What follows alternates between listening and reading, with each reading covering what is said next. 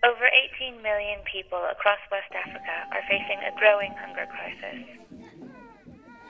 Over 1 million children are now facing starvation. We must do something to prevent this.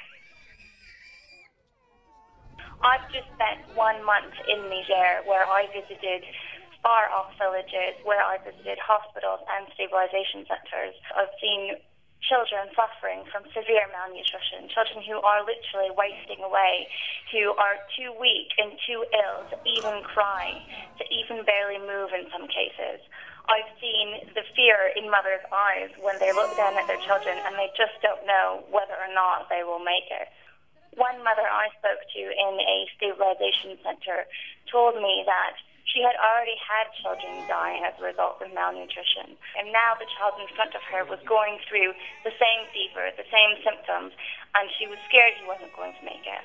The numbers of children being admitted to these stabilization centers, where children come in severely malnourished, are rising on a regular basis. Save the Children has just launched a West Africa appeal.